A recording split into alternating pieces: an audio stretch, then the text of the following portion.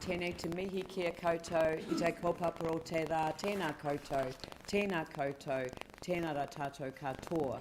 Could I invite Councillor James Daniels to open the meeting, please? Kia ora tātou, kei te mihi mahana kia koutou, e tōku whanaunga, nau mai, haere mai, nō reira. Te hui o te rā, e whakahirahira, te take on the hay, on the tent, is very, very important. We're talking about something that has been a stone in the shoe for a lot of people, particularly my whanaunga and my whānau over on Banks Peninsula, or Te Pātaka o Rākai Hautu, as we also call it. And today we come to a significant moment, but it is a sensitive moment. And I just want to make the point that some of the clauses or some of the sentences in the paper have been changed. 3.20 and 3.21 and 2.2 and 2.3 have changed to reflect the history of this decision today. This decision that we make is going to be about the Red House, all right? But underlying all of that, and very, very important to all of this, is what happened to our tūpuna back in the 1800s. And I don't want to mention names because it upsets me and annoys me when I think about the treachery that occurred at Takapūneke, which is the place we're talking about today, but more specifically the house that rests on the reserve there at Takapūneke. Nō reira, he karakia mo te hui whakatimata. Tū taua mai runga, tū taua mai raro, tū taua mai roto, tū taua mai waho. Kia tau ai te mauri tū, te mauri ora ki te katoa. Haumi e, hui e, tae ki e. Kia ora. Kia ora, and thank you. Do I have any apologies? Yes, I have Councillor and Galloway and Aaron Kewen for lateness. So would someone like to move those? Thank you. Mike Davidson seconded Jimmy Chen. I'll put that motion. All those in favour say aye. Aye. Those opposed say no. That's carried. Declarations of interest, we have none confirmed to me. And now we move on to the public participation, deputations by appointment. And the first one is the Akaroa Civic Trust, Mike Norris Chair and Victoria Andrews Deputy Chair. If you'd like to come forward, please.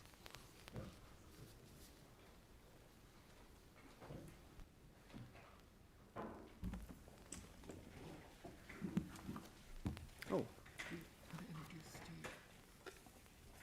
It may also acknowledge and welcome Steve Lowndes, former Chair of Environment Canterbury.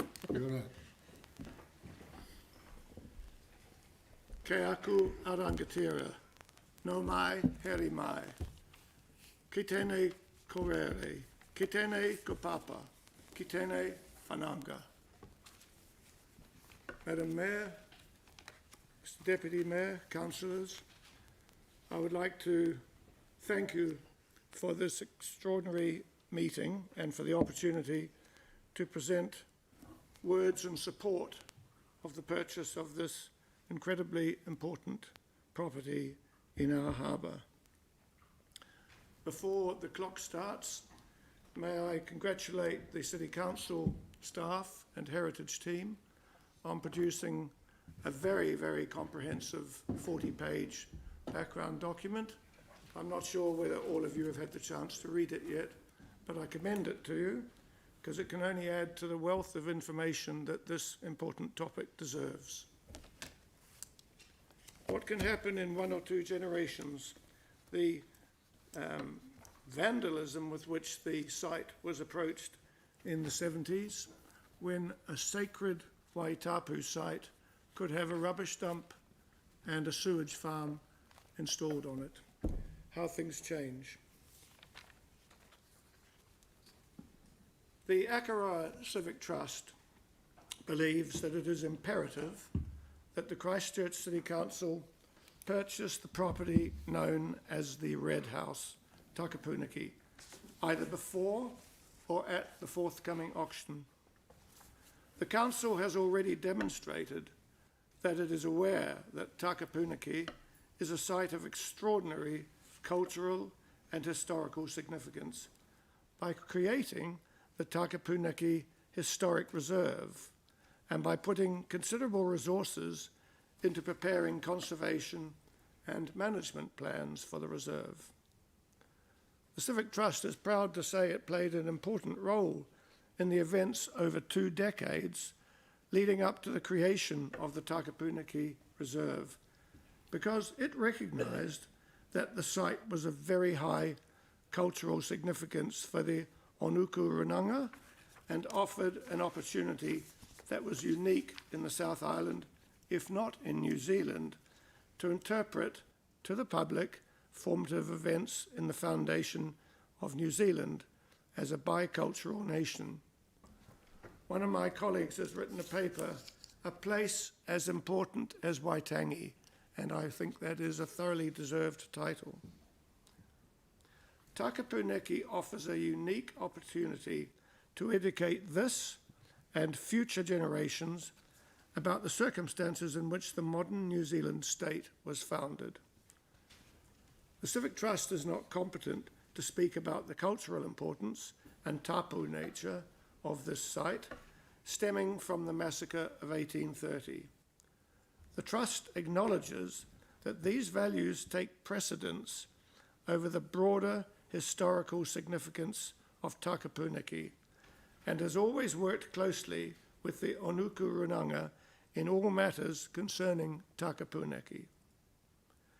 The massacre, which is such a powerful living memory for the people of Onuku, was also the seminal event in the developments of the 1830s, which culminated in the signing of the Treaty of Waitangi in 1840. The story which can be told at Takapuniki of the assumption by Britain of sovereignty over New Zealand, a story which in a real sense began at Takapuniki, can be better told there than at any other place in New Zealand, because the site is close to a place where the treaty was signed, Onuku, and to a place where British sovereignty over the South Island was first effectively demonstrated, Greens Point.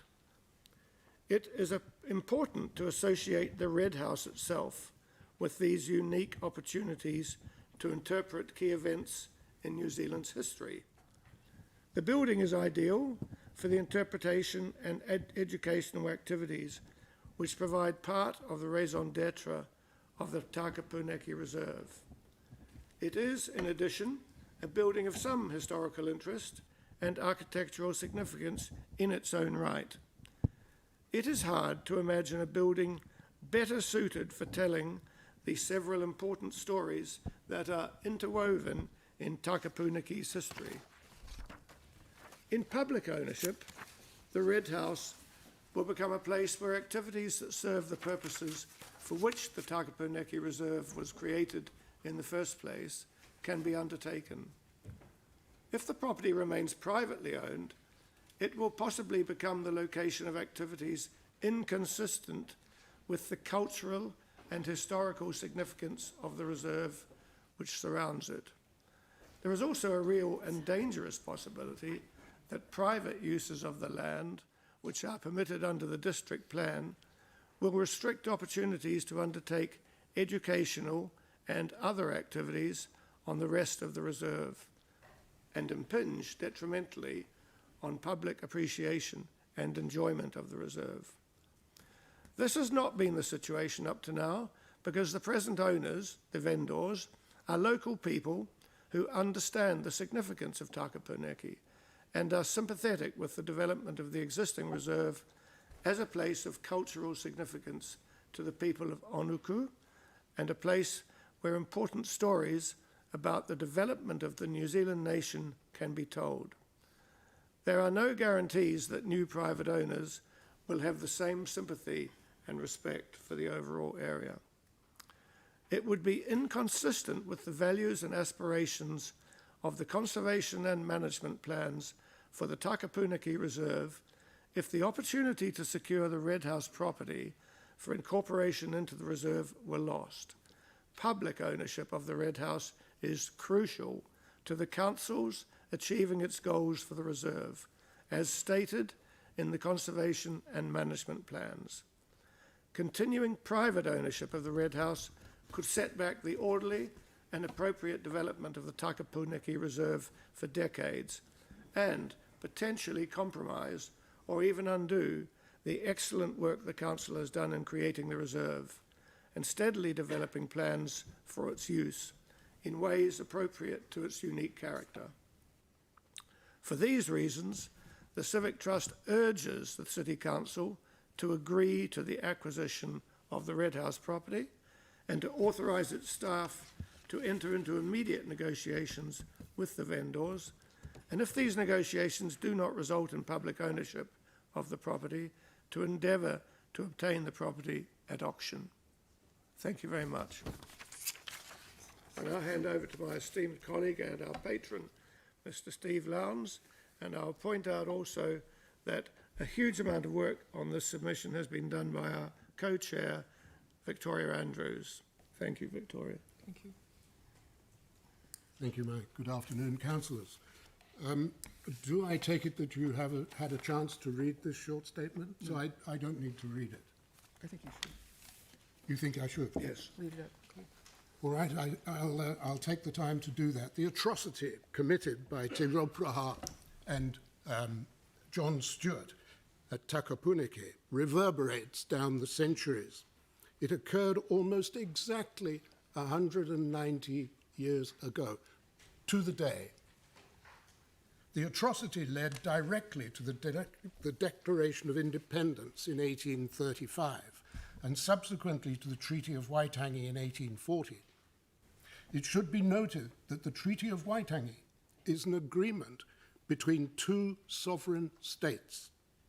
The British Crown recognised New Zealand's sovereignty as a direct result of what happened at Takapunaki. These two milestones in the history of Aotearoa New Zealand will be marked by bicentennial celebrations in 15 and 20 years' time, respectively. This pocket of privately owned land in the midst of reserves already established needs to return to public ownership now, so that planning for these celebrations can begin in a meaningful way. Funding used to this end would be truly intergenerational, and the purchase would consolidate a remarkable site with a significance which matches that of Waitangi in the North Island. The establishment of an historic reserve across the entire site would significantly raise the mana of the city and the peninsula and become the place on the mainland where our story as a nation can be told. In writing this, I was taking a longer view because I'm looking forward to 2015 and 2020. This is happening at a time when, as a society, we are increasingly looking at our own history, warts and carbuncles all together. And it's fitting that we have a place where all that history can be interpreted. For 15 years, I was director of the museum at Akaroa, and I know the history very well. And it struck me quite early on in my tenure there that within Akaroa, in microcosm, is the whole history of New Zealand, from the earliest Maori settlement through the sealers, the whalers, the colonists, etc., the treaty, Onawe, the whole lot is focused on this site. And it truly could become the mainland balance to Waitangi in the North Island. And if I just could add a minute, that this is for future generations. These are for your children and grandchildren, not so much for us, but it's very, very important for them. And I also would like to acknowledge very briefly the people that I have worked with that I found profoundly important: George T. Cow, Piri Tainui, and Harry Everson. Kia ora, and look, thank you very much for your deputation this afternoon. We operate within the constraints of our agenda timetable, but can I honestly thank you on behalf of everyone for a very powerful deputation indeed. Thank you very much. Thank you. Kia ora.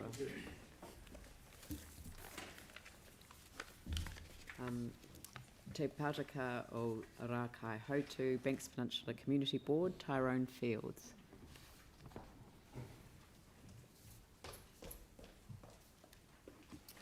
Tēnā koutou katoa, ko te ahu pātiki te moka, ko whakaraupo te moana, ko Tyrone Fields toko ingo, tēnā koutou katoa, tēnā koe Madam Chair, tēnā koutou esteemed councillors.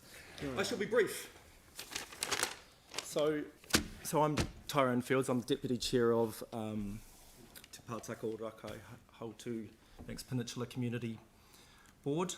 So today I'm speaking on behalf of our board, and I'm here to tell you and hopefully bring you all along on the journey, and with the idea that we've got a very united board, and we absolutely support any endeavour to acquire the Red House at Takapuniki.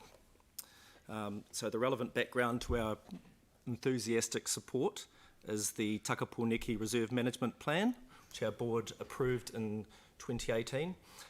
Look, our board area is blessed to be home to 4 separate marae on the peninsula. We take our partnership with iwi Māori very, very seriously indeed.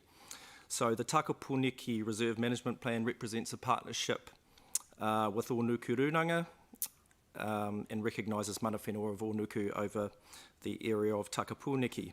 And the plan has some very clear objectives and policy statements. So it states a very clear objective, namely to include the area of the Red House within the Takapuniki Reserve Management Plan and retain the historic character of the house and garden representative of the original era of the property. And I've said that verbatim just to make it clear from what's said in the plan. But the plan goes a lot further. There's a policy within the plan which is to obtain, if possible, the Red House should it become available to the City Council and or Onuku Runanga as part of the area covered by Takapuniki Reserve Management Plan, as a venue for education, for information, for meetings, and for community-based activities, including public toilets. And you'll know that we're very big fans of toilets out on the peninsula, so we're always advocating for those. So these specific references to the Red House were actually quite an unusual step in the plan, given that the Red House has up until now been in private ownership. So it's no small matter that the English name for Takapuniki is Red House Bay, so it just shows the significance of the Red House. It got its own section in the plan, so it was not just a passing reference. It's because it's vital to the proper execution of the plan, and a plan which, as I have said, represents partnership with mana whenua, which I hope you'll all agree is an extremely positive thing. I don't need to go over just how significant Takapuniki is to Ngāi Tahu and to Onuku Runanga, but it's been stated what the historic and tragic events that occurred there in 1830, and the plan really acknowledges those. Councillors will know, and hopefully everybody in this room will know that the events at Takapuniki in 1830 led directly to the appointment of a British resident in New Zealand, which obviously led to the signing of Te Tiriti o Waitangi. But I'd go so far as to say if that had never happened, most of us in this room probably wouldn't even be sitting here in Aotearoa, New Zealand, being able to have this conversation. So it just underlines the significance of the events there and the site to this nation.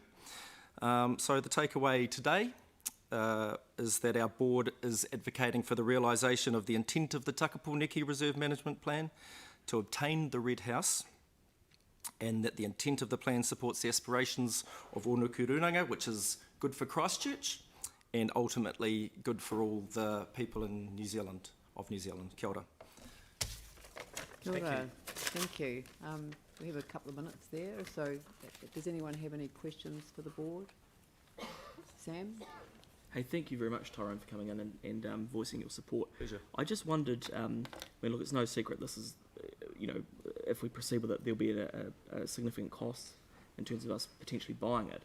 Did the board have a view on if there were any other projects in the area that could be delayed in light of this? I'm just thinking of the sort of financial constraints we have as a city.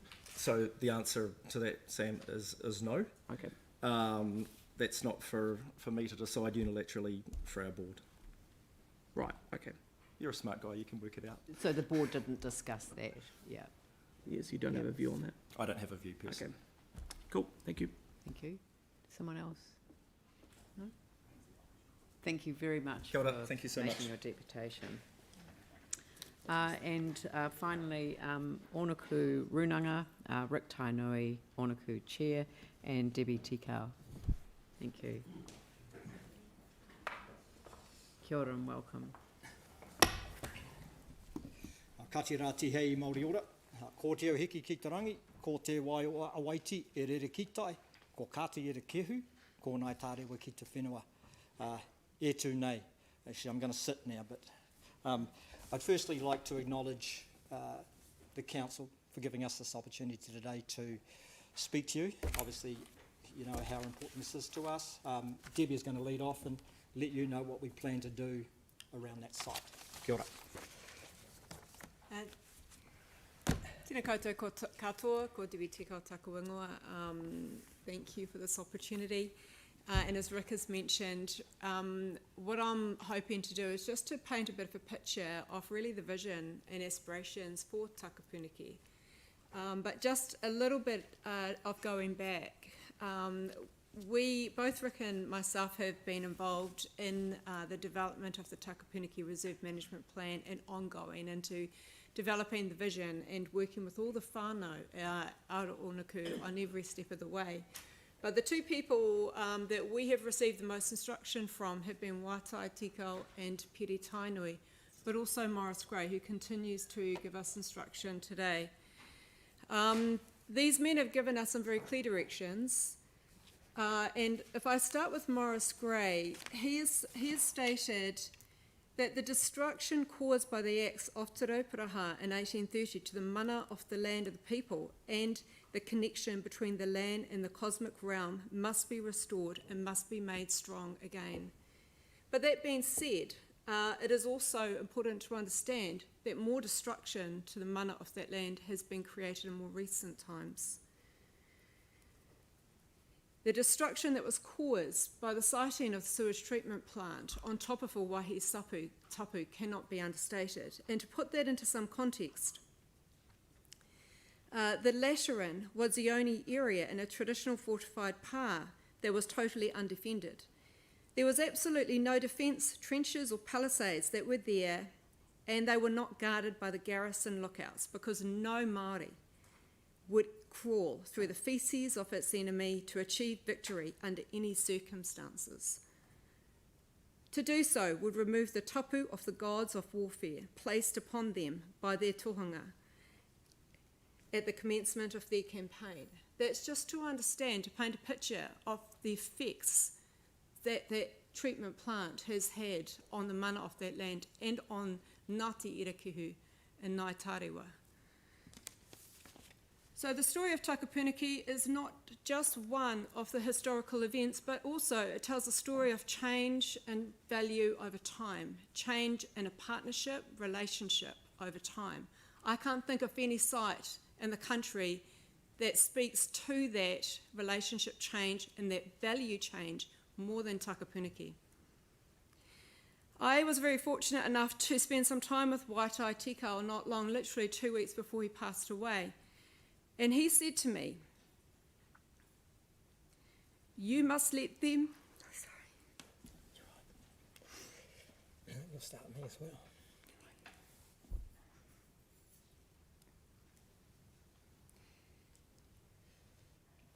Okay, sweet. You must let them know why we cry over this land.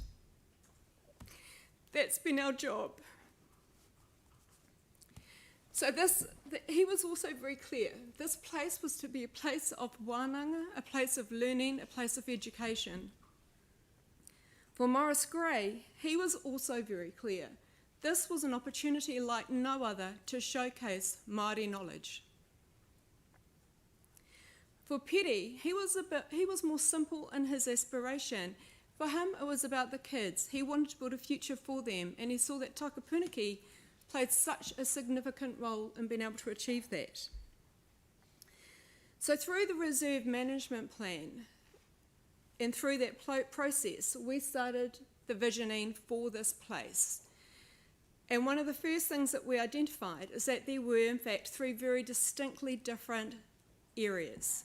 And each one of those areas had a separate feeling, had a separate expression about it, and also had a separate character. So the first area, Tu Ahutahi, that is the Park of Silence. The Park of Silence is a place where Te Rauparaha's, or where Te Maiharenui's village was. So this is where most of the massacres, we understand it, occurred. This is also the site. This is also the part of the reserve which contains the most archaeological aspects. The second area is Te Whai Au o Takapuniki. This area is characterised by rivers, valleys, and pockets of native bush. This is to be the Park of Healing. We want people to come here to contemplate, to engage with the natural environment, to engage with natural processes, and to engage with the landscape that is healing, and to reflect on what this landscape is. The third area, Pautu Tiraki o Te Maiharenui. This is a park of reflection. We felt that this area had the opportunity to take people on a journey of learning, a journey of storying, and also an opportunity to reflect on what this area is about, and also to learn about the connection between this place and that extensive landscape, cultural landscape, and all its stories within it.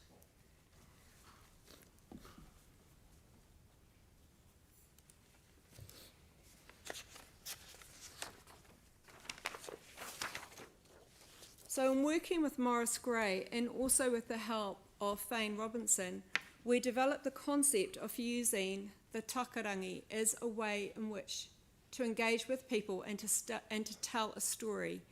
The takarangi is rich in meaning. In traditional Māori beliefs, creation is described as a dynamic movement. At the heart of this view is the understanding that humanity and all things in the natural world are always emerging and always unfolding. The double spiral or takarangi swirls into and out of a primal centre, expressing the unfolding of the cosmos. This form depicts life as both dynamic and also sometimes destructive. The source and flow of life energy embraces the source and flow of knowledge. They reverberate through the universe and give purpose and meaning to all things. The dynamic cycles of life, growth, decay, death, and rebirth are pervasive at all levels. The takarangi represents both light and shadows. As one solid and one void, it represents the past continually meeting the future. We felt that this form, as a form to place onto that landscape, was the most powerful way we can take people on a journey of learning the past as well as moving forward into the future. So, and also all the takarangi forms within the reserve, although I can't show you yet the development of what that is starting to shape into, is that everything is connected. And there's also, and within that, we believe that this reserve has the potential to be something truly unique in New Zealand. Something that people will come to see, come to experience, and come to learn, because there are many, many stories to be told in Takapuniki. There's also stories of innovation. So on that, we believe that this this reserve and the potential of that red house to contribute to Takapuniki as a much more comprehensive experience is something that we'd like you to really understand and to consider. We wanted to explain what that vision was, so you could to try to paint a picture of what we're beginning to understand and what is beginning to unfold in front of us, so that you can understand that there's a gap in the middle, a critical gap that we believe needs to be part of this wider story. Kia ora. Look, I would also like to acknowledge the Civic Trust and the Banks Peninsula Community Board for their submissions today, and also to Russell Wedge for providing an excellent paper for the councillors and us to read. I'll just read what I've got to say here. Look, we see this as an opportunity to galvanise our communities in Akaroa around common aspirations for our future, and provides the council with an opportunity to increase commonality across both mana whenua and treaty partners to chart a new positive and constructive path forward. Mō tātou a mō ka uri a muri ake nei for our children and our children after us. There were a number of risks highlighted by the Civic Trust around the property being purchased privately, and one of them was the potential of the new possible owner to block some of this work that we're proposing to do there. Whether that's real or not, I don't know. Also, I see the property being significantly devalued, possibly by what we are going to do around it. And I hazard a guess, but I guess that whoever purchased it, if they're a private purchaser, they'll have no idea of what is being proposed by us with you guys. There are numerous ways in which this endeavour could be progressed, but I would ask you all to consider using this as an opportunity to enable mana whenua to lead with the support of the council and the trust of the community. A return of this land to mana whenua would stand as a legacy decision for this council and an exemplar to others across the world working to give effect to authentic partnership with treaty partners. I would also like you to consider the opportunity to write a joint letter to the Minister of Culture and Heritage, Carmel Sepuloni, and to Associate Minister, Prime Minister Jacinda Ardern, asking in some way if they would help with the purchase of the property. I'm aware it's very late, but it's never over until the fat lady sings. We can't change the past, but we can change the future. We can ensure that we don't make the same mistakes again. Tēnā koutou, tēnā koutou, tēnā koutou katoa. Kia ora, and thank you both very much for your presentation. Again, a very moving presentation and a reminder of the significance of the issue that we're dealing with. So thank you both very much. Thank you. All right, could I invite Russell Wedge to come forward? I think you're providing the background. This is just in terms of process, this paper is an information paper. We didn't want to, not disclose the fact that we want to be very open about the fact that we're dealing with this issue today, but necessarily because the property's going to auction next week, I think it's right and appropriate that we have the discussion about dollars and cents in an environment which doesn't show our hand, as it were. So from a commercial point of view, it's appropriate that we do that.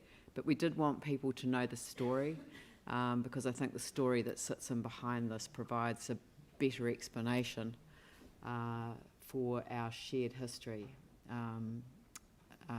And it's an important part of our history. So, Russell, if I could hand over to you, we'll deal with the receipt of the information. Councillors may have some questions that are appropriate to the information that's being received, and then we'll go into PX to discuss the decision paper that's been put in front of us. Thank you very Thank you. much. I'd just like to say a few words about the Red House.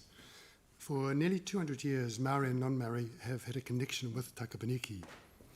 In the 1920s, Takapaniki was a trading village for flax fibre with ships from Europe, America and Sydney.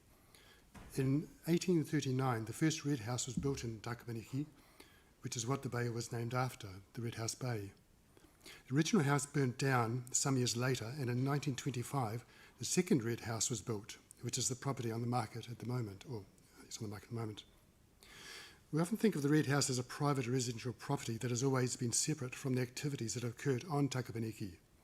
Although for many of these activities and developments, the Red House was part of the greater Takapaniki area. It was over 150 years later from when the first Red House was built in Takapaniki that the current residential property was created through a subdivision in 1997 by the council at the time.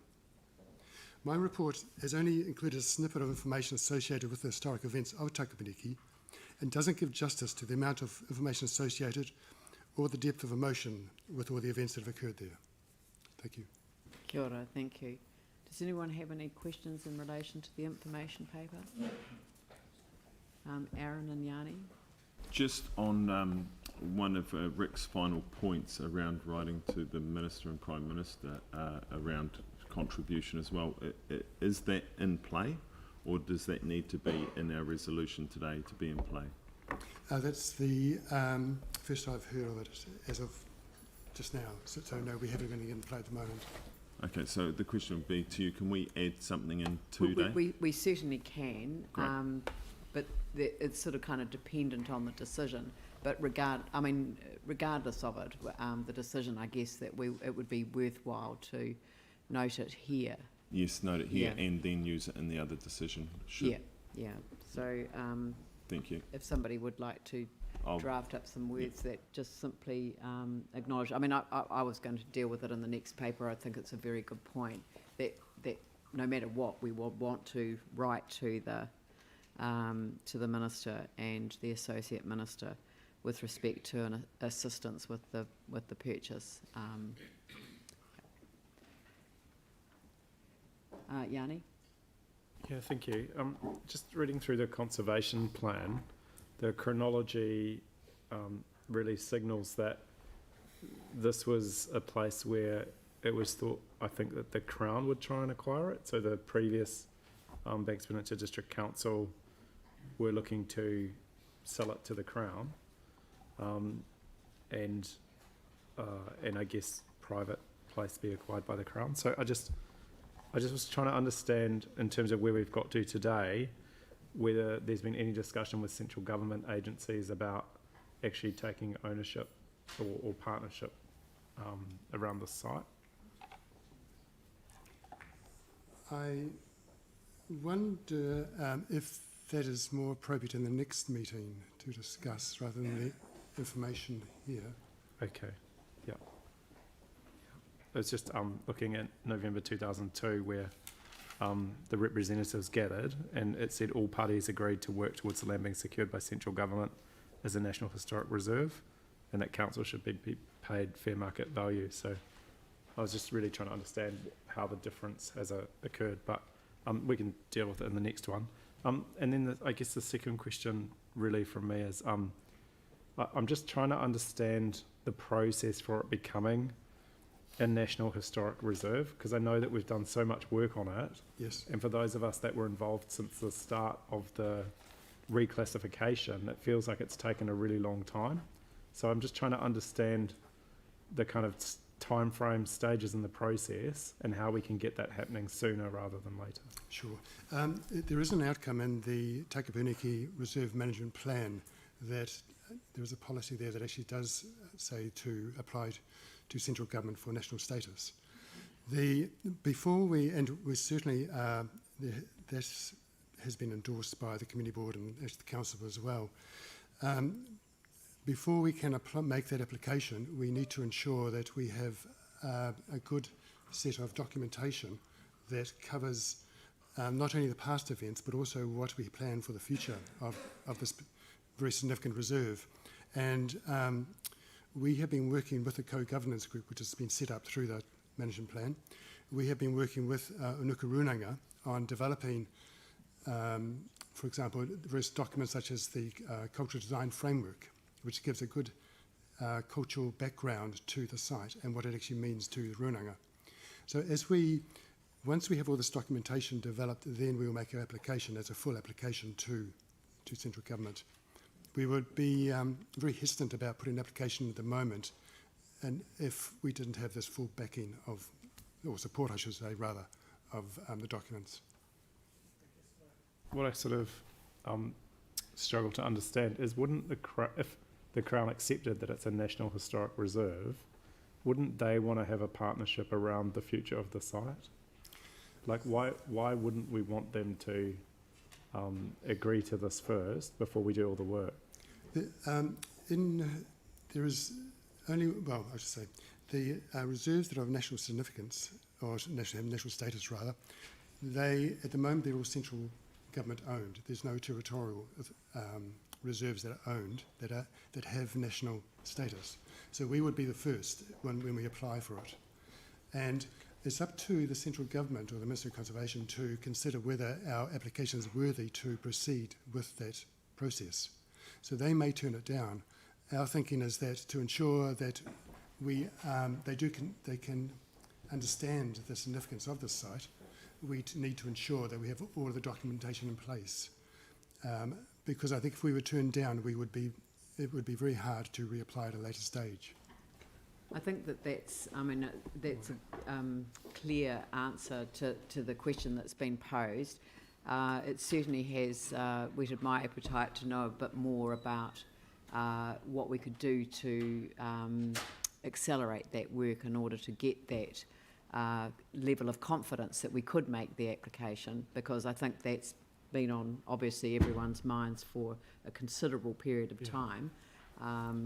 It's a shame that we're unlikely to see that progress. It would be a good objective to have that progress in this term, because 2022 is 20 years since that commitment was first acknowledged. So maybe that's a very good outcome that we can work towards out of today as well. So I'll just, there are no other questions, were there? James. I guess it's a question, I'll phrase it this way then. Do you realise that I appreciate what you've done in preparing this paper, Russell? But due to the extraordinary nature and the time-sensitive aspect of this decision that we're coming to today, or this paper, I raised a couple of, as we know, a couple of concerns, and we couldn't amend the paper as it's been tabled. So I wanted, as a matter of record, what has come out as a memo to us as councillors, and I wanted it on record for this meeting, and that is 3.21 in the paper. This is subsequent to Kemp's deed, and this is really important, which is why I raise it. 1848, Kemp's purchase was signed at Takapuneke, but Tikao, one of our ariki from over on Te Pātaka or Rakai Hautu, would not sign it. They rejected Kemp's purchase. Therefore, that's what I've added to it, to this paper. Therefore, Te Pātaka or Rakai Hautu, Banks Peninsula, was not purchased by Kemp, and the land was illegally occupied by settlers. Ngāi Tahu protested this and other breaches of contract, beginning Te Kereme, the claim, in 1849, the next year, which took almost 150 years to settle. Then the next step is that part of Te Kereme was that the subsequent Akaroa purchase, oh, by the way, I acknowledge Akaroa Civic Trust for your history on this, but part of Te Kereme was the subsequent Akaroa purchase in 1856, that is 8 years later. It was deemed a forced sale, and it was admitted without argument during the claim, the Ngāi Tahu claim, by the Crown negotiators, and the Waitangi Tribunal had declared that the Crown had acted, quote, unconscionably and in repeated breach of the Treaty of Waitangi, That's one of the reasons we're here today. Then the next step is that Ngāi Tahu, including Ōnuku, wanted to retain Takapūneke as a reserve at the time the Akaroa purchase was signed, but that request was refused. So those are very important aspects of the history of why we are here today. That's the stone in the shoe I was talking about earlier. Kati, full stop. Kia ora, and thank you for that. I also, I just wanted to say thank you very much for putting this information together, and thank you to those that made deputations.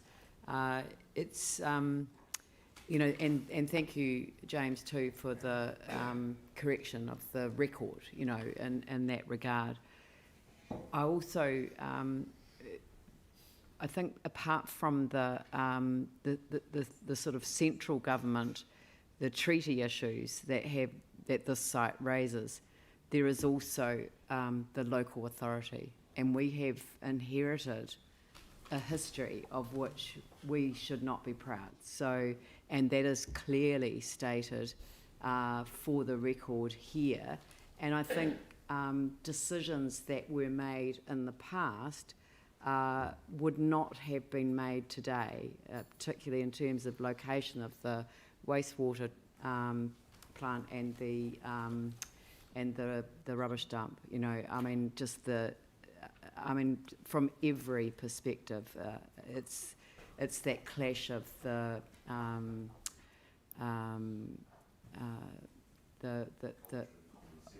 yeah, but it's just it does bring that into stark relief, and it is something that must be redressed. So that you know, I just wanted to thank you for making it so clear in the dates that you have shown, or the timeline of events that you have really identified, the record of a history of which neither can be proud, central government or local government. Yeah, so I will move that we receive this information and that we write to the Minister and Associate Minister of Arts, Culture and Heritage with respect to assistance with securing the Red House and public ownership. And James, would you like to second that motion? Yanni? Yes, Yanni, I'm calling you. Just want to start off by acknowledging George Tikau. I was very fortunate as a new councillor to be invited to be on a hearings panel in Ikaroa for Takapūneke. I'm not sure that many councillors really knew the significance of the site, certainly from the city's point of view, because we just amalgamated with Banks Peninsula. So I put my hand up, and when I arrived, I was just overwhelmed with the depth of feeling and emotion and the significance of the site. And I just wanted to acknowledge George Tikau, because he led the start of that hearing, and he also concluded it. And he said it had taken a long time to get to this point, and another 10 or 12 or 20 years was not the issue, as long as it happens, but the sooner the better. And that was, ironically, 12 years ago to this day. Well, not exactly this day, but to this year.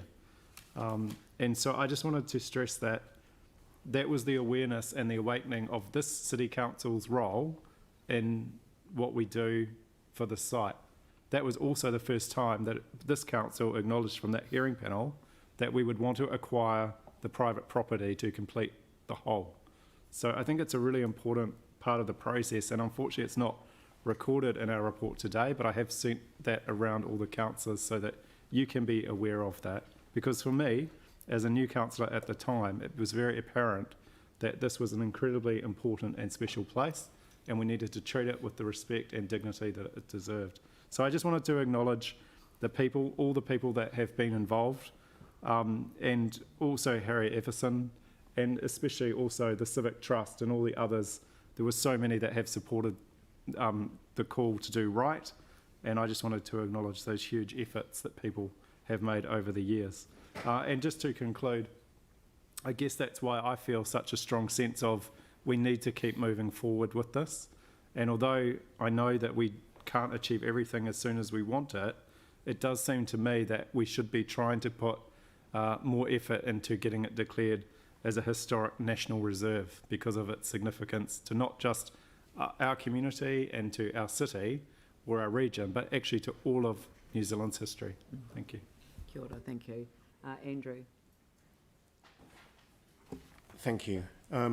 I'd like to acknowledge our staff for the huge amount of work that's been done to bring the information in this paper and the information in the paper that we're about to consider together in what has been a very short time. I know the huge amount of work that has gone into that, and I see in both papers a very high quality of information which is going to support good decision making today, and I thank everybody involved for that. I'd also like to thank the people that have travelled here to make deputations today as well. The Onuku Runanga representatives, the Akaroa Civic Trust representatives, and the Deputy Chair of the Te Pātaka o Rakiaihutu Community Board.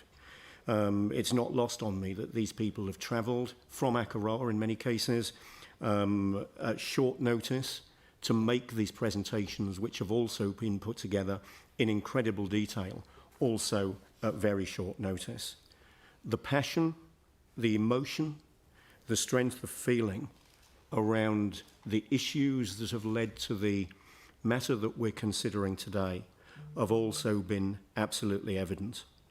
We'll consider the substantive matter for good reason in public excluded, but the ability to have this discussion and to hear these powerful presentations in this open part of the meeting has been incredibly valuable, and thank you to everybody involved for providing the opportunity to do that today.